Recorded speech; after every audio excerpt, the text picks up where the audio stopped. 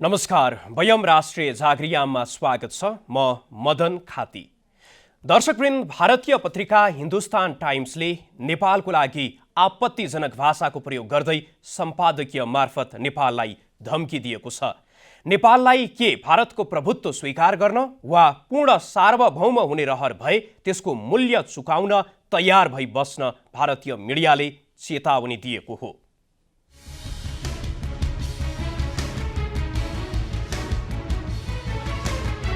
नेपाललाई धम्काउँदैछ भारत।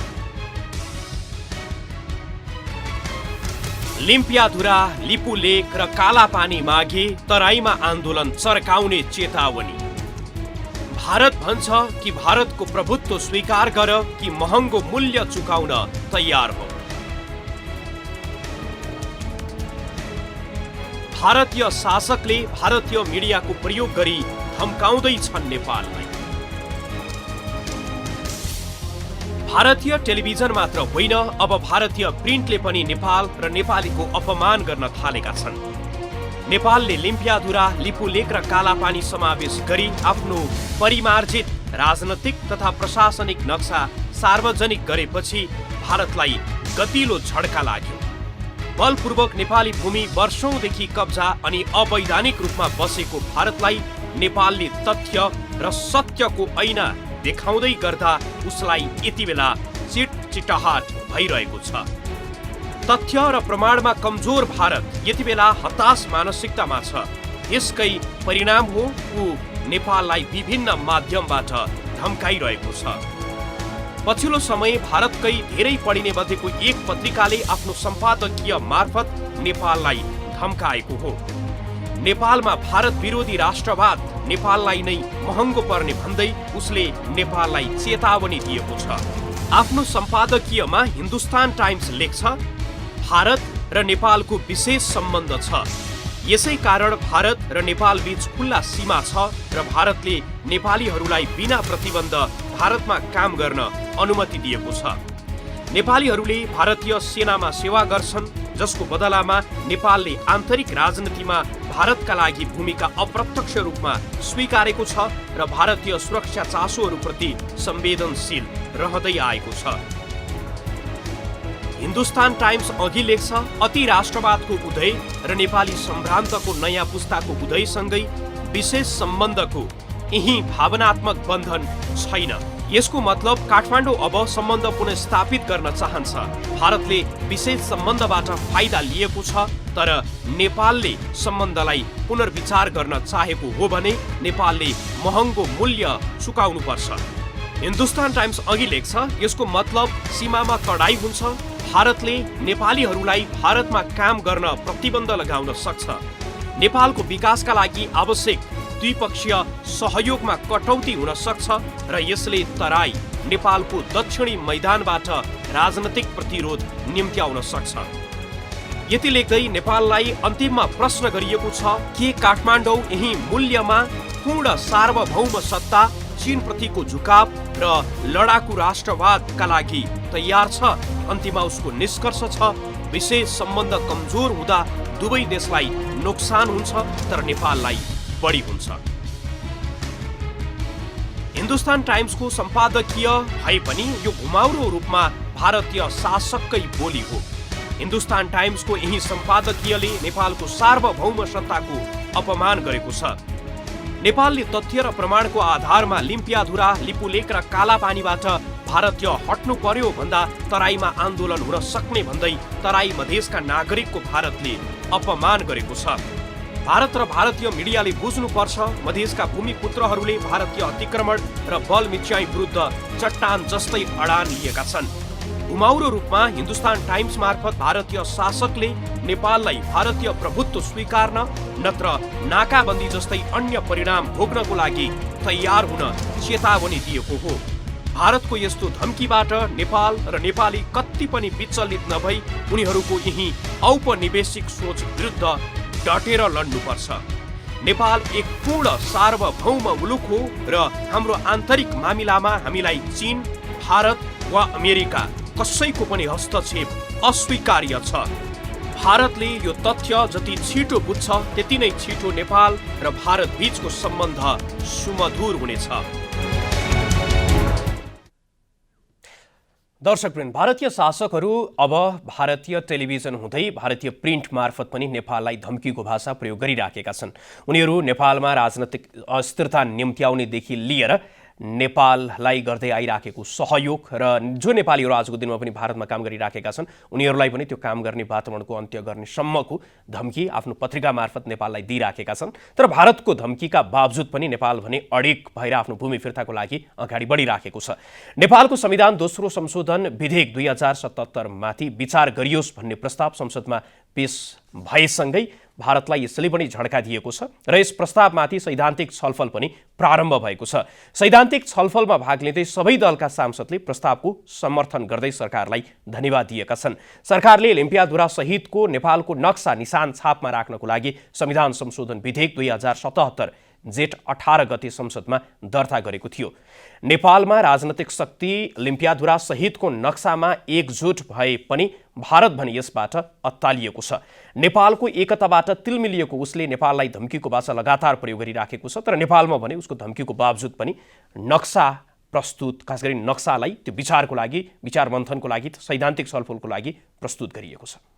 कानुन न्याय तथा संसदीय मामिला मन्त्री डाक्टर शिवमाया तुम्बा आम्फेलाई नेपालको संविधान दोस्रो संशोधन विधेयक 2077 माथि विचार गरियोस् भन्ने प्रस्ताव पेश गर्न अनुमति दिन्छु। सम्माननीय सभामुख महोदयको अनुमतिले नेपालको संविधान दोस्रो संशोधन विधेयक 2077 माथि विचार गरियोस् भन्ने प्रस्ताव प्रस्तुत गर्दछु। दर्शकवृन्द, यो संशोधन प्रस्ताव त्यही संशोधन प्रस्ताव हो जसले लिम्पियाधुरा सहितको नेपालको भूमि सहितको नक्सा नेपालको निशान छापमा राख्नको लागि संविधान संशोधन गर्नको लागि प्रस्तुत गरिएको थियो र सैद्धान्तिक छलफलमा सहभागी हुँदै सबै दलका सांसदले सरकारको यो प्रस्तावको स्वागत गर्दै समर्थन गरेका छन् र अब नक्सासँगै भूमि फिर्ता लिनको लागि पनि सरकार जोरदार रूपमा अगाडि बढ्नुपर्ने उनीहरूले बताएका छन्। नेपाल सरकारले संविधानको धारा 9 उपधारा 2 बमोजिम अनुसूची 3 को नेपालको निशाना छापमा हाल नेपाल सरकारले जारी गरेको नयाँ नक्साको आकार मिलान हुने गरी संविधान संशोधनको जुन प्रस्ताव ल्याएको छ यो ऐतिहासिक छ। म यसलाई स्वागत र समर्थन गर्न चाहन्छु। नेपाल कहिल्यै कसैको उपनिवेश हुन परेन। यो एउटा सार्वभौम अखण्ड राष्ट्रको रूपमा रहिरहेको छ। यसको स्वाधीनता अखण्डतामाथि पटक पटक धावा बोल्ने प्रयास भए पनि नेपालीले आफ्नो बलिदानी पूर्ण लडाईँबाट एउटा सार्वभौम स्वतन्त्र राष्ट्रको रूपमा राखिरहन सफलता प्राप्त भएको छ। भारत जतिखेर अङ्ग्रेजको उपनिवेश थियो, अङ्ग्रेजले नेपालमाथि आक्रमण गरिरहेको अवस्थामा अङ्ग्रेजहरू पनि बाध्य भई सन् 1816 मा सुगौली सन्धि भयो, जसले नेपाली सीमालाई खुम्चाएर पश्चिममा हाम्रो सिमाना कालीपूर्वको भूभाग हुन गयो। कालीपूर्वको भूभाग लिपुलेक, लिम्पियाधुरा, कालापानी क्षेत्रको सम्पूर्ण भूभाग नेपालको रहेको भन्ने प्रश्न छ। महाकाली नदीको उद्गम लिम्पियाधुराबाट बगेको काली नदी कुट्याङ्दी रहेको र इस्ट इन्डिया कम्पनी शासनकालमा विभिन्न समयमा प्रकाशित गरेका नक्साहरू विश्व 2018 को जनगणना, मालपोत, तिरोतिरान लगायत तथ्यहरूले प्रमाणित गरेको छ। नेपालको स्वतन्त्रता, सार्वभौमिकता, भौगोलिक अखण्डता, राष्ट्रिय एकता, स्वाधीनता र स्वयंलाई अक्षुण्ण राख्न हामी सदैव दृढ प्रतिबद्ध रहिआएका छौँ। 1816 को सुगौली सन्धि अनुसार लिम्पियाधुराबाट बग्ने काली नदीको पूर्वी भूभाग लिम्पियाधुरा, लिपुलेक, कालापानी नेपालको हो। नेपाली काङ्ग्रेसले बारम्बार यो अडान राख्दै आएको छ। अत नेपाल सरकारले लिम्पियाधुरा, लिपुलेक, कालापानीको भूभाग समावेश गरी नेपालको नक्सा जारी गरेको र नेपालको संविधानको धारा 9 को उपधारा 2 सँग सम्बन्धित अनुसूची 3 लाई संशोधन गर्न सङ्घीय संसदमा प्रस्तुत गरेको संविधान संशोधनको विधेयकको पक्षमा नेपाली काङ्ग्रेस केन्द्रीय कार्य समितिले मतदानका लागि नेपाली काङ्ग्रेस संसदीय दललाई औपचारिक र संस्थागत रूपमा निर्णय गरेको छ। त्यसकारण हाम्रो संसदीय दल यो प्रस्तावको पक्षमा रहेको छ। काली नदीको भनेको कुन हो भन्ने नै मेजर विवादका कारण समय समयमा विभिन्न राजनीतिक दलहरूमा त्यसबारे बहस पनि हुने गरेको छ, देशभित्र पनि बहस हुने गरेको छ। वास्तवमा काली नदीलाई त्यहाँ बसेका स्थानीय समुदायहरू, खास गरी भोटे समुदाय, ब्यासी चौकाहरूले कुटी याङदी भन्ने गरेको छ। कुटी याङदी भनेको, कुटी भनेको ब्ल्याक, याङदी भनेको नदी अर्थात् रिभर। यस हिसाबले कुटी याङदी नै काली नदी हो। अब त्यसको मुहान के हो भन्ने सन्दर्भमा लिम्पियाधुराको सिरानबाट बगेर आएको जुन नदी हो त्यो कुटी याङदी नै काली नदी हो।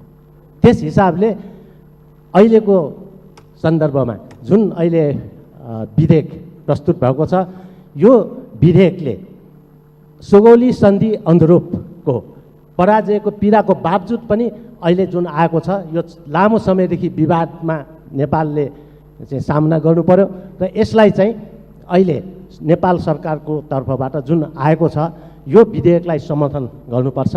म आज प्रधानमन्त्रीसँग भन्छु, कुनै पनि तरिकाले आज कसैले पनि उग्रता प्रदर्शन नगरोस्। हामी यहाँ उभिया छौँ, बसेका छौँ संसदमा। हामी सबैका आजका दिनका अभिव्यक्तिले कुनै पनि नेपाली नागरिकको देशभक्तिमाथि प्रश्न नउठोस्, हामी सबैलाई एकताबद्ध गर्न सकौँ। प्रधानमन्त्रीज्यू, त्यो बुद्धिमत्ता प्रदर्शन गर्न सक्नुहोस्। तपाईँलाई शुभकामना दिन चाहन्छु। केही कामहरू, केही अभिव्यक्तिहरू अलिकति काम फत्ते गर्ने भन्दा, बुद्धिमत्ता प्रदर्शन गर्ने भन्दा अलिकति उग्रताको बोलीहरू आछ। प्रधानमन्त्रीज्यू, सधैँ मानिस एउटै तरिकाले बोल्दैन। हिजोका दिनमा केही बोल्ने कुराहरू तलमाथि भयो भने भोलिका दिनमा प्रधानमन्त्रीबाट त्यही नेतृत्व प्रदर्शन होस्। हामी सबै प्रधानमन्त्रीलाई सहयोग गर्न चाहन्छौँ। नेपाली काङ्ग्रेस सहयोग गर्न चाहन्छ, यो संसद सहयोग गर्न चाहन्छ। हामी सबै मिलेर हाम्रो अतिक्रमित भूभाग फिर्ता गर्न गर्छौँ। त्यो प्रतिबद्धता आज व्यक्त गरौँ र यो प्रस्ताव पास गरिसकेपछि हाम्रो एउटा महत्त्वपूर्ण योगदान हुन्छ। यो संसदको एउटा महत्त्वपूर्ण योगदान हुन्छ। सरकारको त्यो काममा काङ्ग्रेस पुरै लाग्नेछ, त्यही विश्वास दिलाउँदै आफ्नो कुरा टुङ्ग्याउँछु। धन्यवाद। दर्शकवृन्द, नेपालको संसदमा नेपालको भूमि फिर्ता ल्याउनको लागि जसरी जोरदार रूपमा आवाजहरू बुलन्द भइराखेको छ, तर नेपाली भूमि लिपुलेक, लिम्पियाधुरा र कालापानीमा मात्र होइन, 71 स्थानमा मिचिएको छ। र त्यो मिचिएको कारणले गर्दाखेरि आजको दिनमा पनि सीमा क्षेत्रमा बसोबास गरिराखेका नागरिकहरू त्यो भूमिको कारण, भारतको अतिक्रमणको कारण र भारतले सीमा क्षेत्रमा निर्माण गरिराखेका विभिन्न पूर्वाधारको कारण आजको दिनमा पनि समस्यामा परिराखेका छन्। नेपाल भारत सीमा नजिक बसोबास गरिरहेका नेपाली नागरिकलाई डुबानको चिन्ताले सताउन थालेको छ। यति बेला भारतले एकतर्फी रूपमा 10 गजा नजिकै सडक निर्माण गरेको कारण डुबानको जोखिम बढेको हो। रूपन्देहीबाट प्रतीक पौडेलको रिपोर्ट।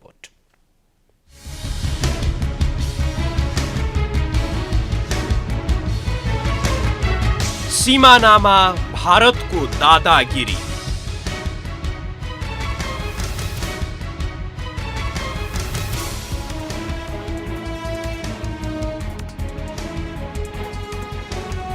भारतीय पूर्वाधारको कारण डुबानमा पर्दै नेपाली भूमि।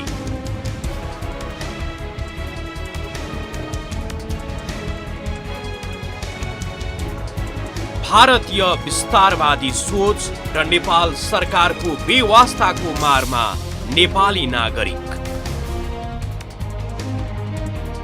रोहिणी गाउँपालिकाको यस क्षेत्रमा करिब 10 वटा गाउँ यस्ता छन् जुन भारतीय सीमा नजिक पर्छ। भारतले एकतर्फी रूपमा निर्माण गरेको 5 फिट अग्लो यो सडकका कारण ती 10 वटा गाउँ अहिले डुबानमा पर्ने खतरा बढेको छ। हो, भारतको दादागिरी र हैकम लिम्पियाधुरा, लिपुलेक र कालापानीमा मात्र होइन, नेपाल भारत सीमाको पाइला पाइलामा महसुस भइरहन्छ। भारतले भौतिक पूर्वाधारको निर्माण गर्छ, डुबानमा नेपाली भूमि पर्छ। कस्तो विडम्बना! नेपाली भूमि प्रभावित हुने गरी निर्माण गरिने भौतिक पूर्वाधारमा न त नेपालसँग सल्लाह गर्छ भारत, न त समन्वय नै। त्यसकै उदाहरण हो रूपन्देही जिल्लाको रोहिणी गाउँपालिका पारी 10 गजा नजिकै निर्माणाधीन सडक।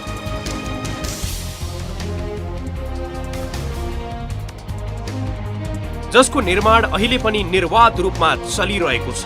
नेपाली भूभाग डुबान हुने गरी एक पक्षीय रूपमा गत मङ्सिरमा थालिएको सडक निर्माण लकडाउन अघि रोकिएकोमा यति बेला पुनः अघि बढेको छ।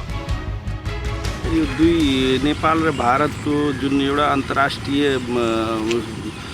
नियमअनुसार यो चाहिँ यसरी चाहिँ बोर्डरको सीमाको चाहिँ 50 मिटरको नजिकमा जुन यो बाँध बनाउने काम चाहिँ इन्डियाले गरेको छ, सिधै यो एपाह प्रवृत्ति हो।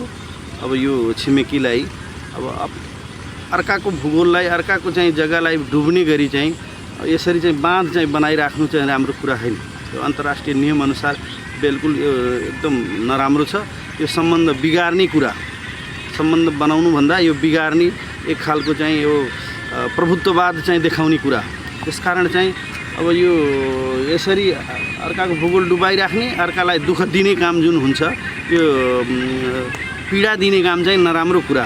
यसलाई यथाशीघ्र तुरन्तै यो चाहिँ 7 फिटसम्म चाहिँ माथि अग्लो बनाएर मान्छे विस्थापित गर्ने यो राम्रो कुरा त होइन। छिमेकीलाई दुःख दिने कुरा राम्रो हो। त्यसकारण चाहिँ यो एकदम रोकिनुपर्छ। यो वार्ताबाट कसरी चाहिँ यसलाई समाधान गर्ने यथाशीघ्र चाहिँ नेपाल सरकारले चाहिँ ध्यान पुर्याउनु जरुरी छ। यहाँका जनता चाहिँ एकदम यसबाट चाहिँ पीडित छन्, दुखी छन्।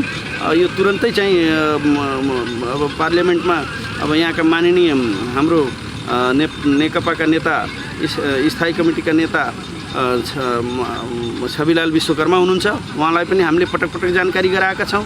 यो रूपन्देही क्षेत्र नम्बर 1 का विधायक डाक्टर कृष्ण न्यौपाने हुनुहुन्छ। उहाँसित पनि हामीले पटक पटक चाहिँ यो कुरा माथि जाहेर गर्नु पर्यो भनेर भनिरहेका छौँ। कुरा उठिरहेको पनि छ, कार्यान्वयन हुन सकेको छैन। यदि यस्तै रह्यो भने हाम्रो दुई देशकै चाहिँ सम्बन्ध बिग्रिने सम्भावना हुन्छ र हामी यसबाट चाहिँ धेरै नै पीडित छौँ। यसको निकास तुरन्तै नेपाल सरकारले निकाल्नुपर्छ। रूपन्देहीको धकधही क्षेत्रसँग जोडिएको 10 गजा पारी पनि भारतले एकपक्षीय रूपमा सडक निर्माण गर्दैछ। रोहिणी गाउँपालिका 5, इमिली हवा र वडा 6 को बुची गाउँसँग जोडिएको 10 गजा पारी भारत सरकारले फराकिलो सडक निर्माण गरिरहेको हो। भारतीय भूमिमा निर्माण गरिएका पूर्वाधारको कारण पानीको बहाव थुनिएर गाउँ नै डुबानमा पर्ने चिन्तामा नेपालीहरू रहेका छन्। यो भारत सरकारले जुन रोड बनाइरहेको छ, यसबाट बर्डर एरियाको जति पनि जनता छन् सबै डुबानमा पर्ने छन्। यसको लागि नेपाल सरकारले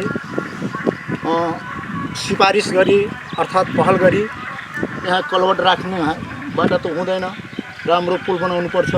पुलबाट नै पानी जान्छ। यो पुल नभए हाम्रो जनताको खेत डुबानी पर्छ र त्यसपछि तिनीहरूको हानिकारक हुन्छ। त्यसकारणले हाम्रो बर्डर एरियाका जनताहरूलाई धेरै नै मार्का पर्नेछ। यो भारतीय विस्तारवादी नीतिले गर्दा देशमा धेरै नै दुःख भइरहेको छ। यो विस्तारवादी नीतिको भण्डाफोर गर्ने हामी नेपाली जनता नै हौँ। यो नेपाली जनताले हमेसा गरिरहेको छ भारतीय विस्तारवादीको भण्डाफोर। सीमा नजिक निर्माण गरिएको सडकको कारण नेपाली भूमि डुबानमा पर्ने भए पनि भारतीय पक्षबाट नेपालसँग समन्वय र छलफल बिना नै निर्माण भइरहेको हो। स्थानीय भनिरहेका छन् सीमा क्षेत्रमा वन्य संरचनाले कहाँ डुबान हुन्छ, त्यहाँबाट पानीलाई कसरी निकास दिन सकिन्छ भन्ने विषयमा बेलैमा छलफल हुन जरुरी छ। यो जुन बाटो बन्दैछ इन्डिया सरकारले बनाउँदैछ, यो यसमा राम्रोसित पानीको निकास भएन भने हाम्रो खेती जुन छ त्यो डुबानमा पर्छ। यहाँ हाम्रो सबै फसल उपज हुने खेती हो। अब यसमा हाम्रो नेपाल सरकारले ध्यान दिनु पर्यो। नदिए हामीहरू डुबानमा पर्छौँ। फेरि अब कृषिको मात्रै यहाँ साधन छ, सबै मान्छे यहाँको कृषि गर्ने मात्रै हुन्। अब बर्सातमा पानी आउँदा धेरै पानी भयो भने अब यसको हाइट तपाईँको 5 फुट जति छ। 5 फुटको पानी आयो भने सबै फसल बर्बाद हुन्छ। अब यस्तो अवस्थामा अब पानीको निकास हाम्रो नेपाल सरकारबाट पहल गरेर पानीको निकास राम्रो गर्नु पर्यो। हुन त पहिले नै निर्माण गरिएका सडक संरचनामा ठाउँ ठाउँमा माटो हाल्ने र सम्याउने काम पनि भइरहेको छ। भारतीय प्रधानमन्त्री सडक परियोजना अन्तर्गत 4 लेनको सडक बनाउँदैछ। नवलपरासी र रूपन्देहीको सिमाना माहु खोलादेखि पश्चिम 10 गजामा रहेको सीमा स्तम्भ नम्बर 510 देखि 513 सम्मको दूरीमा सडक निर्माण भइरहेको हो। यसै खण्डमा कतै 100 मिटर, कतै 200 र कतै 50 मिटर गरी टुक्रा टुक्रामा निर्माण भइरहेको छ। निर्माणाधीन सडक केही स्थानमा 10 गजाबाट 60 मिटर दूरीमा छन्, कतै 100 मिटर टाढा बनिरहेको छ। निर्माणाधीन सडकको रेखदेख भारतीय अर्धसैनिक बल एसएसबीले गरिरहेको छ। अन्तर्राष्ट्रिय मान्यता अनुसार 10 गजा नजिक नदी नालाको प्राकृतिक बहाव प्रभावित हुने गरी 8 किलोमिटरको दूरीमा भौतिक पूर्वाधारको निर्माण गर्दा दुवै मुलुकको सहमति चाहिन्छ। मानवीय एवं प्राकृतिक रूपले असर पुग्ने गरी दुवै मुलुकले एकतर्फी रूपमा भौतिक संरचना निर्माण गर्न पाइँदैन। तर भारतले अन्तर्राष्ट्रिय मान्यताहरूलाई लत्याउँदै एकलौटी रूपमा अघि बढिरहेको छ। हो, भारतीय विस्तारवादी नीति र औपनिवेशिक सोचको कारण नेपाल र नेपाली नागरिकले वर्षौंदेखि दुःख पाइरहेका छन्। नेपाल र नेपाली नागरिकलाई दुःख दिन पाउनु ऊ आफ्नो अधिकार ठान्छ। यस्तो असमान र अन्यायपूर्ण सम्बन्ध अब सधैँका लागि अन्त्य हुनुपर्छ।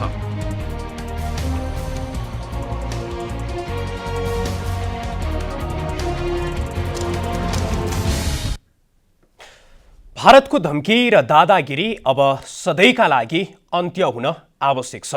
कुनै पनि रूपमा वैदेशिक हस्तक्षेप स्वाभिमानी नेपालीका लागि स्वीकार्य हुने कुरा होइन। भारतले नेपाललाई आफ्नो मिडिया मार्फत धम्क्याए पनि र हाम्रो भूमि लगातार अतिक्रमण गरिरहे पनि र आफ्नो मिडिया मार्फत नेपालीहरूलाई धम्कीको भाषा प्रयोग गरिराखे पनि नेपालका परराष्ट्र मन्त्रीले भने संसदबाटै भारतलाई स्पष्ट सन्देश दिएका छन्। उनले लिम्पियाधुरा, लिपुलेक र कालापानी नेपाली भूमि रहेको र नेपाली भूमि फिर्तापछि विकास र सुरक्षाको प्रबन्ध गर्ने पनि बताएका छन्। प्रदीप कुमार गेवालीले आज संसदमा बताएको कुरा यहाँहरूलाई जस्ताको तस्तै हामी प्रस्तुत गर्दछौँ।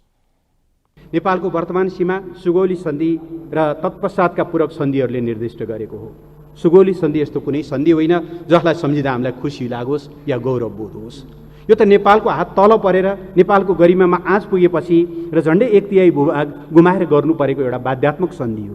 तर जतिसुकै पीडादायी भए पनि यो एउटा यथार्थ हो र यसैले नै नेपालको वर्तमान सीमा निर्धारण गरेको हो, जसमा नेपालको पश्चिमी सीमा काली नदी भनेर स्पष्ट किटान गरिएको छ।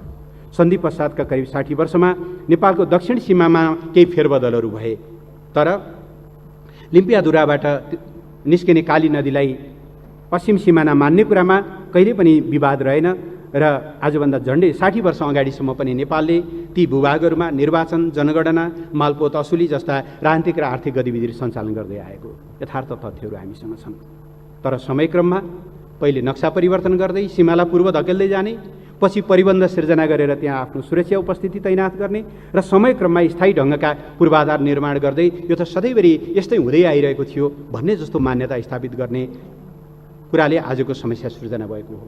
नेपालवाद सीमाको वैज्ञानिक अभिलेख र व्यवस्थापन गर्न सन् 1981बाट प्रयास गरिए पनि र अधिकांश ठाउँको सीमा नापी सम्पन्न भए पनि सन् 2005मा नेपाल भारत संयुक्त सीमा नापी टोलीलाई कुटियाङ्दी र लिपु खोलाको दोभानभन्दा माथि जान नदिएको यथार्थप्रति सम्मानित सदन अवगत नै छ भन्ने म जानकारी गराउन चाहन्छु। नेपालका त्यसपछिका पटक पटकका प्रयासहरूले पनि कालापानी क्षेत्र र सुस्ताको नापी कार्य सम्पन्न हुन सकेन। यही अवस्थामा जेटिसीको कार्यविधि सन् 2007मा समाप्त भयो र 14मा यी दुई क्षेत्रको समस्या समाधान गर्नका लागि दुई परराष्ट्र सचिवहरूको संयन्त्रलाई जिम्मा दिइयो। तर त्यो संयन्त्रको एकपटक पनि बैठक नबसिकन र स्वयं भारतले 1997देखि नै यसलाई अनरिजल्भ या पेन्डिङ भनेर स्वीकार गरेको तथ्यको विपरीत गएको नोभेम्बर 2मा नक्सा जारी गरिसकेपछि यो समस्या सृजना भएको हो। तर नेपालीमा एउटा भनाइ छ, ढाँटेको कुरा काटे मिल्दैन। 2 नोभेम्बरमा जारी 8औं संस्करणमा लिम्पियाधुराबाट निस्किने नदीलाई स्पष्ट रूपले काली नदी नामाकरण गरिएको छ। तर हतार 8 नोभेम्बरमा अर्को संस्करण निकालेर उक्त नदीको नाम हटाइएको यथार्थबाटै त्यहाँ केही न केही चलखेल भएको छ भन्ने प्रश्न देखिन्छ। त्यसकारणले हामीले गएको नोभेम्बरमै नेपालले सुगौली सन्धि अनुसार लिम्पियाधुरा, लिपुलेक र कालापानी क्षेत्र नेपालको भूभाग भएको, एकतर्फी ढङ्गले गरिने कुनै पनि सीमा हेरफेर नेपाललाई मान्य नभएको, यस्तो नक्सा परिवर्तन स्वयं भारतले स्वीकार गर्दै आएको तथ्य विपरीत रहेको कुरा कूटनीतिक नोट मार्फत जारी गऱ्यौँ र वार्ताका लागि मिति समेत प्रस्तावित गऱ्यौँ। तर त्यसको औपचारिक जवाफ नदिइकन जब मे 8मा नेपालको भूभाग समेत प्रयोग गरेर लिपुलोक जोड्ने लिङ्क रोडको उद्घाटन भइसकेपछि नेपालले यसलाई अत्यन्त गम्भीरतापूर्वक लिएको छ। यसले नेपालको सार्वभौमसत्तालाई अवमूल्यन गरेको निष्कर्ष नेपालले निकालेको छ। तदनुरूपको कूटनीतिक नोट पठाइएको छ र सम्माननीय राष्ट्रपतिज्यूबाट सदन समक्ष प्रस्तुत नेपाल सरकारको नीति र कार्यक्रममै यी विषयहरूमा नेपालको स्पष्ट धारणा सार्वजनिक गरिएको छ। त्यसमा अभिव्यक्त सङ्कल्प र सम्मानित सङ्घीय संसद र त्यसका विभिन्न समितिका निर्देशन र देशभक्त नागरिक एवं विज्ञहरूको सुझावको आधारमा सरकारले गत जेठ 5 गते लिम्पियाधुरा सहितको भूभाग समेटेर नेपालको राजनीतिक र प्रशासनिक नक्सा प्रकाशित गर्ने र संविधान संशोधन गर्ने सरकारको निर्णयलाई समवेत स्वरमा समर्थन गर्नुभएको छ र भूभाग फिर्ताका लागि प्रभावकारी कूटनीतिक पहलका लागि सुझाव दिनुभएको छ। सुझावका लागि धन्यवाद दिँदै सरकार सोही दिशामा दृढतापूर्वक अगाडि बढेको र आम नेपाली जनताको साथ र समर्थनबाट यस दिशामा सफलता प्राप्त हुने विश्वास म दिलाउन चाहन्छु। भूभाग फिर्ता भएसँगै त्यहाँ गरिनुपर्ने प्रशासनिक सुरक्षा र विकास सम्बन्धी कामहरू पनि अगाडि बढ्ने जानकारी गराउन चाहन्छु। दर्शकवृन्द, परराष्ट्र मन्त्री प्रदीप कुमार गेवालीले जे बताउनु भएको छ आजको दिनमा सत्य पनि यही नै हो। भारतीयहरूले नेपाली भूमि अतिक्रमण गरिराखेका छन् र उनीहरू अहिले भारतीय मिडिया मार्फत नेपाललाई धम्काइरहे पनि नेपाल भने तथ्य प्रमाण र सत्य सहित भारतसँग वार्ताको टेबलमा बस्नको लागि प्रयासरत रहिराखेको छ। भारतीय बलमिच्याई विरुद्ध त देश एक भएर लडिरहेको छ नै। कुरा नक्साको मात्र होइन, हामीले देशभित्रका नागरिकको पनि गर्नुपर्छ। नेपाली नागरिक अहिले कोरोनाको संक्रमण रोकथाम र नियन्त्रणका लागि गरिएको लकडाउनको कारण हायल कायल भइसकेका छन्। धेरैको रोजगारी गुमेको छ। व्यापार व्यवसाय बन्द हुँदा अब के गर्ने कसो गर्ने भन्ने अन्योलमा व्यवसायीहरू रहेका छन्। नागरिकमा डर छ, यति बेला त्रासमा छन् नागरिकहरू। तर सरकारसँग कोरोनाको संक्रमण रोकथामका लागि न त प्रष्ट योजना देखिएको छ न त लकडाउनको विकल्प नै सरकारले सोचिराखेको छ। त्यसैले नागरिकहरू यति बेला सडकमै ओर्लिएर आन्दोलन गरिराखेका छन्। हामीले देखायौँ यो दृश्य बालुवाटारको हो र बालुवाटारमा नागरिकहरू आज यसरी सरकारले जुन लकडाउनको विकल्प खोजिराखेको छैन र यो समयमा कोरोनाको संक्रमण र रोकथामको लागि प्रभावकारी ढङ्गले कदम चाल्न नसकिसकेपछि सडकमै ओर्लिएको अवस्था छ र प्रहरीले यति बेला प्रदर्शनकारीहरूलाई त्यहाँबाट तितर बितर गर्नको लागि पानीको फोहरा चलाइराखेको छ र प्रहरीले आन्दोलनकारीहरूलाई सडकबाट हटाउनको लागि गरिराखेको प्रयासको दृश्य यहाँलाई हामी देखाइराखेका छौँ। यो दृश्य बालुवाटारको हो, जहाँ कोरोनाको संक्रमण रोकथाम र नियन्त्रणको लागि सरकारले प्रभावकारी कदम नचालेको, लकडाउनको कारणले गर्दाखेरि जति पनि समस्यामा परेका नागरिकहरू छन् उनीहरूको समस्या सम्बोधनको लागि पनि सरकारले प्रभावकारी कदम नचालिसकेपछि नागरिकहरू यसरी सडकमै ओर्लिनु परिराखेको छ। र यो दृश्य यहाँलाई हामीले देखाइराखेका छौँ। यो दृश्य बालुवाटारको दृश्य यहाँलाई हामीले देखाइराखेका हौँ। पानीको फोहरा चलाइराखेको दृश्य र आजको दिनमा सरकारले लकडाउनको सन्दर्भमा यसको विकल्प के, यसलाई कसरी खुकुलो बनाउने भन्ने सन्दर्भमा पनि स्पष्ट योजना आम नागरिकलाई दिन सकिराखेको छैन। कोही कोही स्थानमा नागरिकहरू स्वतस्फूर्त रूपमा नै सरकारको लकडाउनको उल्लङ्घन गरिराखेका छन् र सरकारले अब नागरिकहरूलाई यो लकडाउन कसरी खुकुलो बनाउने भन्ने सन्दर्भमा पनि स्पष्ट योजना दिन नसकिसकेपछि यो प्रकृतिका दृश्यहरू अब झन् बढ्दै जाने सम्भावना देखिएको छ। त्यसकारणले गर्दाखेरि सरकारले बल प्रयोग मार्फत होइन कि आफ्नो विवेकको प्रयोग गर्दै अब नागरिकहरूलाई निकास दिनुपर्ने, विकल्प देखाउनु पर्ने समय आएको छ र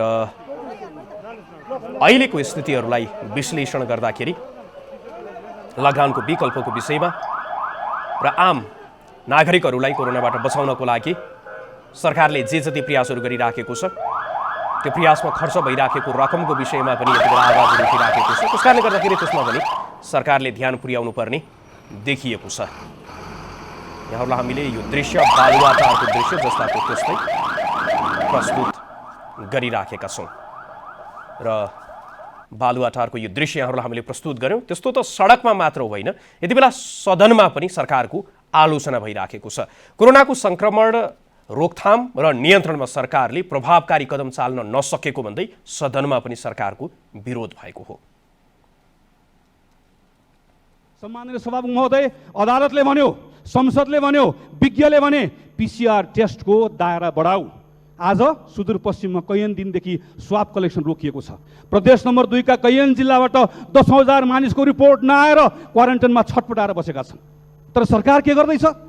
टेस्ट गर्नेको दायरा साँगुरो बनाउँदैछ।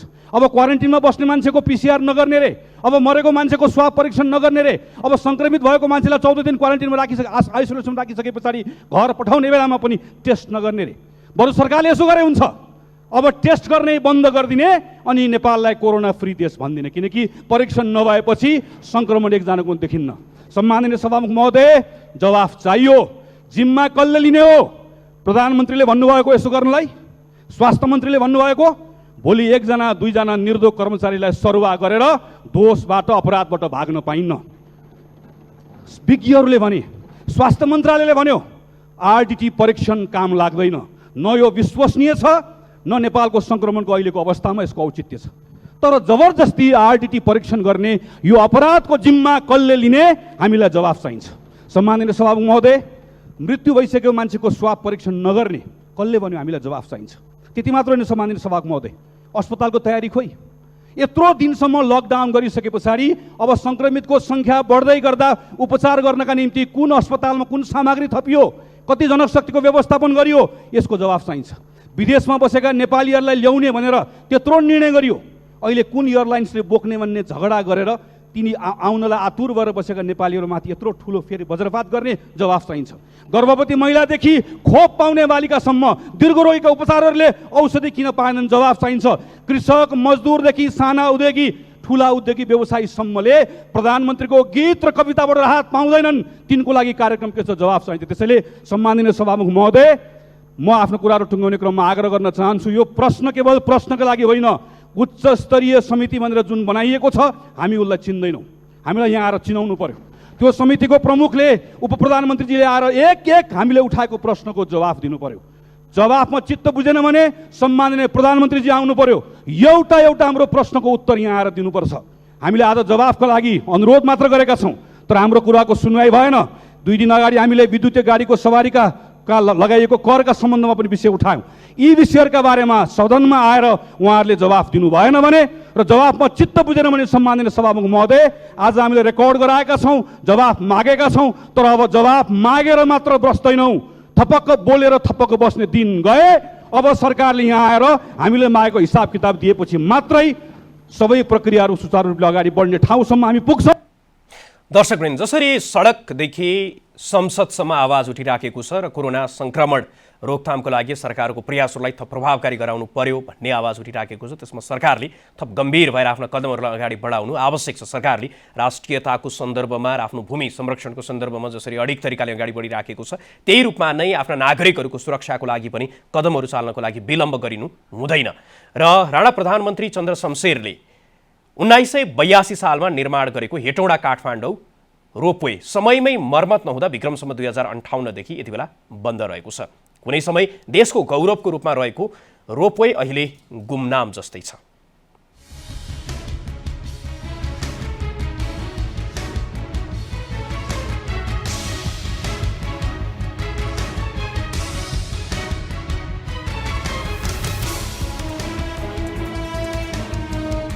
कुनै समय हेटौँडाबाट काठमाडौँसम्म माल सामान ढुवानी गर्ने भरपर्दो साधन थियो रोपवे।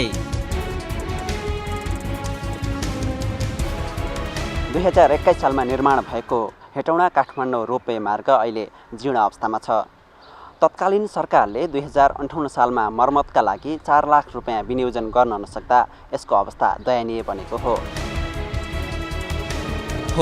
देशको एक मात्रै रोपवे 2058 साल यता पूर्ण रूपमा बन्द छ। तत्कालीन राणा प्रधानमन्त्री चन्द्र शमशेरले काठमाडौँ हेटौँडा रोपवे सुरु गरेका थिए। चन्द्र शमशेरले सञ्चालन गरेको रोपवे तत्कालीन राजा महेन्द्रले 2021 सालमा थप सुधार गर्दै फेरि चलाउन लगाए। अमेरिकी आर्थिक सहयोगमा रोपवे निर्माण भएको थियो, तर विडम्बना प्रधानमन्त्री शेरबहादुर देउवा नेतृत्व सरकारले उक्त रोपवे सेवा 2058 साल मङ्सिरमा रोक्ने निर्णय गर्यो।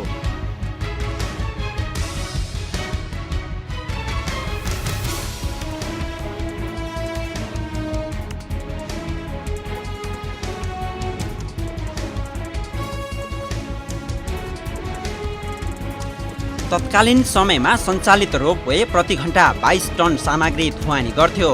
अहिले रोपवेका पिलर, तार तथा क्यारियरहरू जीर्ण अवस्थामा छन्।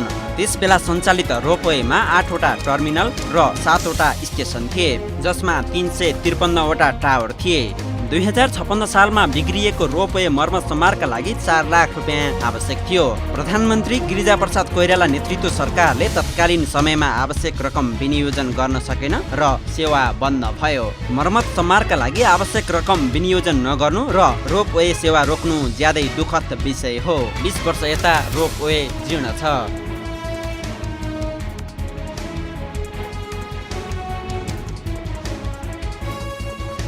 रोपवेबाट हेटौडामा उत्पादन हुने सिमेन्ट राजधानी भित्राउन तत्कालीन समयमा निकै सहज थियो।